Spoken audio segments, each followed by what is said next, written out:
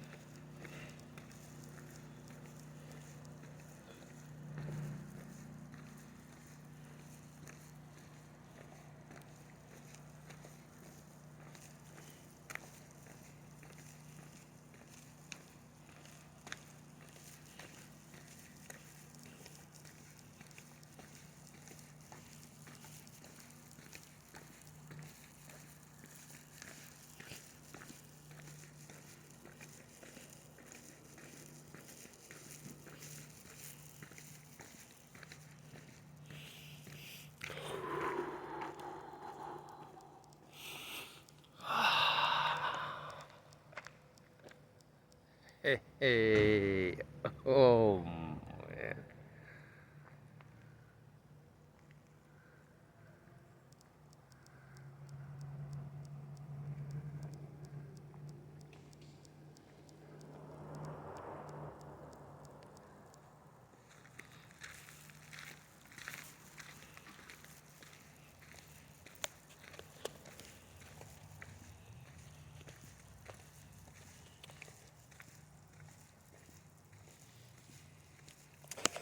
მახსოვს დიდი ხნის წინ დაახლოებით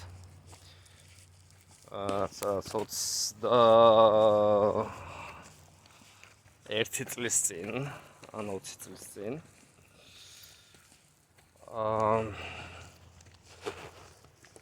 დავდიოდი ურეკში რომ დამესვენა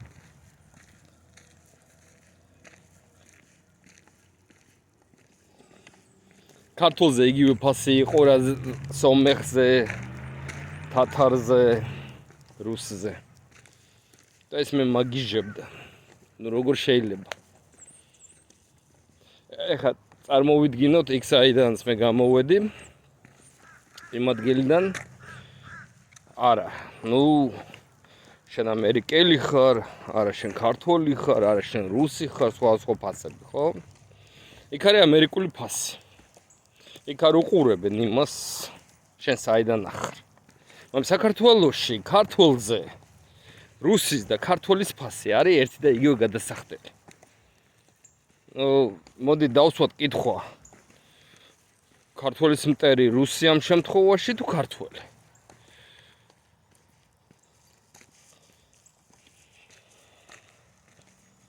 მეორე აქვს საქართველოს საამაყო, მაგრამ რა თქმა უნდა არის სამარცხენო წერტილებიც. იმიტომ რომ ეს კურორტები, რომელიც საქართველოს გააჩნია, ეს ქართველებზე არა გათვლილი, ეს არის უცხოელებზე, ოღონდ ქართველებისთვის უცხოელების ფასით. როცა 1200 ლარი გაქვს 400 დოლარი, უხეშად დრო $1 3 ლართან ავიღოთ, ხო? უხეშად. თქვენ დაფიქრებულ ხართ, რამდენი იქნება აი საშუალო ეგ ხელფასი ამერიკაში, რომ გადავიყვანოთ დოლარებში. დიახ, დღეში $100. $100 დღეში არის მინიმალური ხელფასი ამერიკაში. შტატი ნიუ-იორკი. ეს მინიმალურზე ვსაუბრობთ ჩვენ. მაქსიმალური შეიძლება 500 და 600 და შეიძლება დღეში $1000 იყოს. გააჩნია სპეციალობას და პროფესიას. საქართველოში თვიური არის $400 თვის განმავლობაში. ეს ალბათ დათვალეთ და დღეში გამოგივოთ სადღაც $12-13. ასე არა. ანუ 10 ჯერ ნაკლები მინიმალურ შემოსავალთან ამერიკაში. ჩამოდის ქართველი და იმაზე ფიქრობს, რომ ვაუ, დღეში $100 ვაკეთებ. და ადარებს ამას საქართველოსთან. რა თქმა უნდა, ძალიან მაგარი ფულია. მაგრამ ამერიკისთვის არ არის ეს და მაგარი ფული. რა, უნდა დაჯდე რაღაცა მოჭრილ შეშაზე და იცხოვრო, რომ არც დახარჯო, არც კბილები გაიხეხო, არც საჭმელი ჭამო და ირემზე ინადირო. ან ითევზაო. ნუ ქართველი ამას ყოველთვის გააკეთებს. არავის არ ეწყინოს. მე მინახია პირადად. ბევრი მინახია და ცოტა კი არა ნაძირალა ქართველები, რომლებიც ჩამოდიან ამ ლამაზ ქვეყანაში და მერე ასვენებენ ცინკის კუბოში უკან საქართველოში, იმიტომ რომ თურმე აქ თავისუფლება დაინახა. სიკვდილიანობით საქართველო არ ჩამორჩება არც ერთ ქვეყანას, პირიქით თუ არ ასწრებს. იმიტომ რომ ნარკოტიკი ეს ისეთ საშუალება თუ კოკაინი და ჰეროინი არ მიიღე, აბა რა კაცი ხარ შეჩემა ესეთ საუბრით. რა თქმა უნდა. აი ეგ რო გადავიდე, მე შეიძლება დამარტყას. მაგრამ რო გადავიდე ჩემს ადგილას, სადაც ზებრას რასაც ეძახიან, იქ ყველა გააჩერებს. I had to cross too far. Yeah. We greedy, you know, we say like good morning, good evening, good afternoon. You know what? Have a good life. You got it? Enjoy.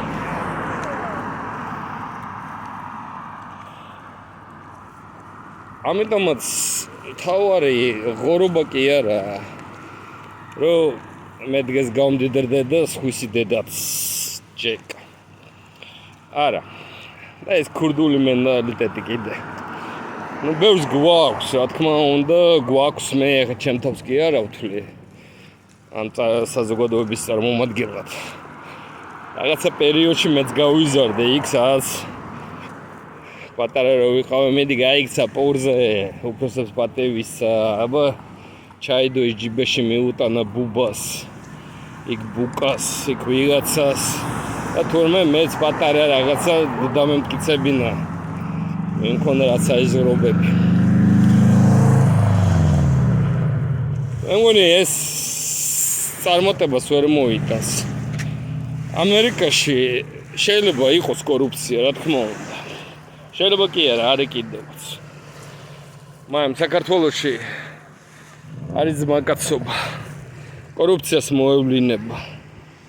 აი ძმაკაცობას ვერა. აი რო შექმნა ის ინფრასტრუქტურა. სადაც მე ვიმყოფები. ამას ალბათ თაობები დასჭირდება. დაანგრიო ეს წლები. აღდგება საქართველოს ფეხზე თუ დადგება ეს ქართული პოლიტიკანტებისა და თვითმცოდნე მარქვია პინგვინების უხეშად რო ვთქვათ არენა, რომლებმაც არ ეციან შაბათი, ორ შაბათი, სამშაბათი ებრაელურია. ეკლესია ალელუიას თუ ჰალელუიას ამბობს, არავინ არ იცის, იმიტომ რომ არავის არ ესმის. არა და ჰალელუია, ებრაელურია, შაბათი ებრაელურია. ბევრი არის. რაზე საკამათო არის. ქართული პოლიტიკის და ეკლესიის გამიჯვნა თუ გაერთიანება. უნდა იყოს თუ არა ერთად, თუ უნდა იყოს ცალ-ცალკე. მე წამოვედი ჩემ ქვეყნიდან, იმიტომ კი არა, რომ მე მეზიზღებოდა ჩემი ქვეყანა არა. მე უბრალოდ არასოდეს არ მეთქვია. მე წამოვედი იმიტომ რომ მე ქვეყანას არ ვჭირდებოდი. მე ყველანაირი პირობა შემიქმნეს იმისათვის რომ არ დავრჩენილიყავი. და რისთვისაც მადლობელი ვარ. იმიტომ რომ მე ჩემ ქვეყანაში ვერაფერს ვერ მივაღწევდი იმდენს, რამდენსაც მივაღწევ აქედან ჩემი ქვეყნის დახმარებით. მარტო და მარტო ავიღოთ განვადება TBC ბანკის. მეუბნებოდნენ 11.9%-ია. დავიწყეთ 11.9%-ით, დავამთავრეთ სადღაც 18%-ით. და ამერიკას ვენაცვალე, იმიტომ რომ დამეხმარა, რა ვქნა. დამასაქმა, გადამახტევინა ის, რაც საქართველოს TBC ბანკს ჰქონდა გამიზნულად, რომ მე უნდა 15 თუ 10 წელი მეხადა, აღნიშნული უალი მე გადავიხადე 2 წელიწად ნახევარში.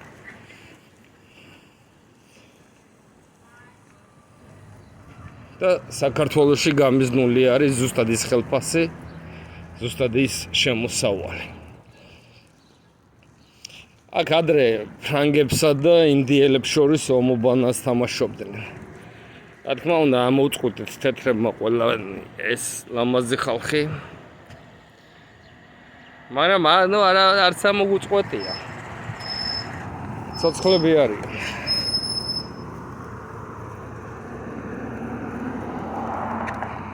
მექსიკელები, ინდიელები არიან იგივე დაბლები. თუ დაკვირვებულ ხართ, იგივე არგენტინა მაგალითად გაიხსენეთ მარადონა, რომელიც მსოფლიო ჩემპიონატებში ნახტომში ხელით აგდებდა კარებში ბურთს. გაიხსენეთ კარგად. ასე რომ დაბლები არიან. აი ესეთი ზომის. მაგრამ რაც არის საინტერესო, აქ ყველა მსოფლიოს ქვეყნის წარმომადგენელი ცხოვრობს და არ ზძულთ ერთმანეთი. საქართველოში მეგრელს და კახელს შეიძლება გურულს და მეგრელს რა მნიშვნელობა აქვს ის? ამ პარტავნობამ დაღუპა საქართველო. დაღუპა. ჯერ იყო და მოდიოდნენ სათავეში, მოდიოდნენ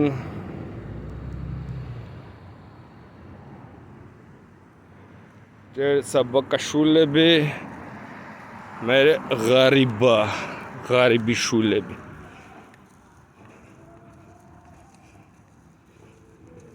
ილია ჭავჭავაძის ქვეყნიდან თერგდალეული ტყუილად არ წამეკითხია. გავასწარი კიდევაც ოკეანე დალეული ვარ. არა მარტო მე, ბევრი ქართველი ვისაც წარმოდგენა არ აქვს, ვინ იყო ილია ჭავჭავაძე. ან სხვა ბევრი სანიმუშო წარმომადგენელი. გისვამთ კითხვას. ვინ იყო ნათელა ურუშაც? ვინ იყო გოგი გეგეჭყორი?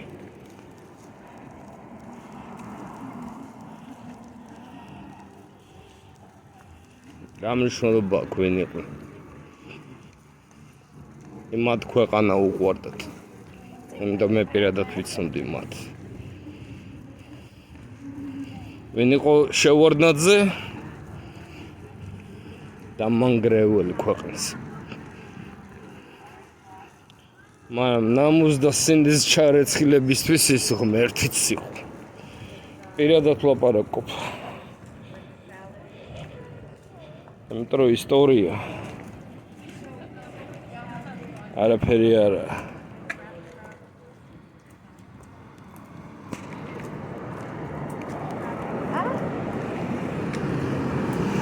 ჩვენ შეგვიძლია გავაყალბოთ ისტორია. მაგრამ ვერ გავაყალბებთ კაცობას, ადამიანობას.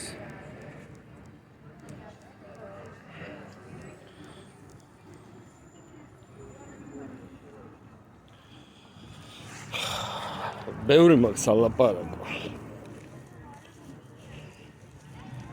დამიგროვდა, რა თქმა უნდა.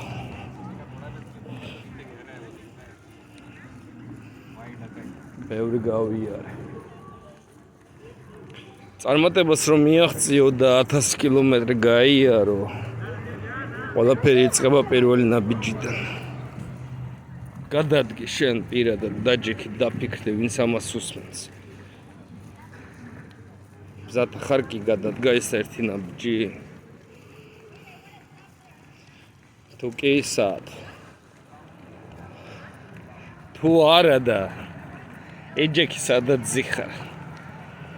იმ ხელფასზე, იმ 200 გრამ ბრინჯზე, იმ შიში რო არ დაკარგო. და მე აქ ვიკატავებ აი იმ კატარზე.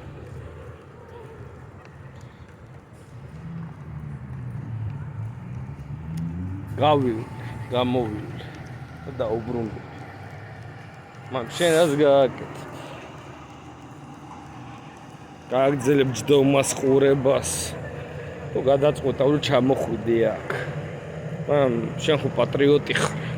ამაზე იდიოტური გამოთქმა პატრიოტი ვარ არ გამიგია.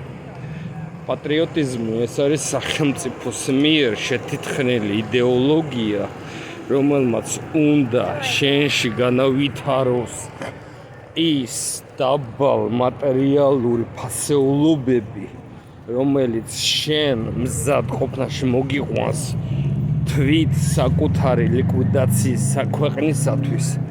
ამას ქვია იდეოლოგია და პატრიოტიზმი. რათა ის სახელმწიფოში მჯდომარე პროპაგანდონისტები იჯდნენ. ნუ შენ დაიმარხები და შენით რა თქმა უნდა ფულები აკეთო.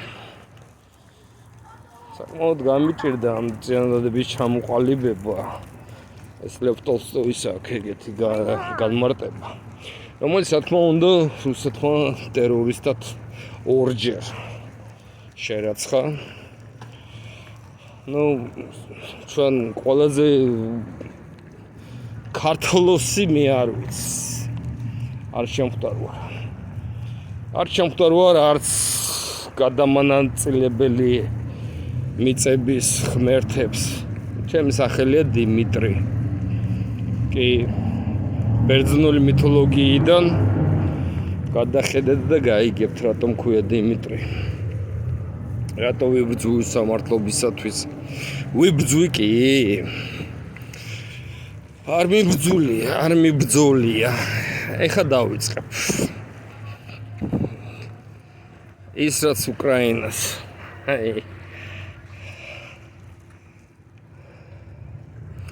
გაუკეთა რუსეთმა, იგივე გაუკეთა საქართველოს. და ჩუმად იჯექით. ხმას ნუ აიგებთ. კი, ივანიშვილი და თავის ფულებს რა თქმა უნდა მიხედავს. სადაური ფულია ვინმე დაფიქრდით რუსული, ხო?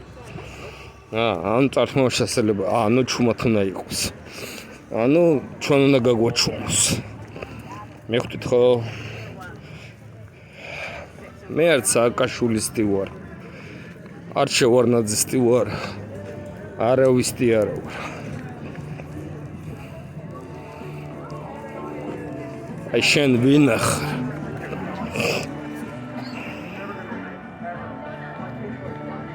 ხო, მე მეშინია, მე აღარ მაინტერესებს, მე წამოვედი.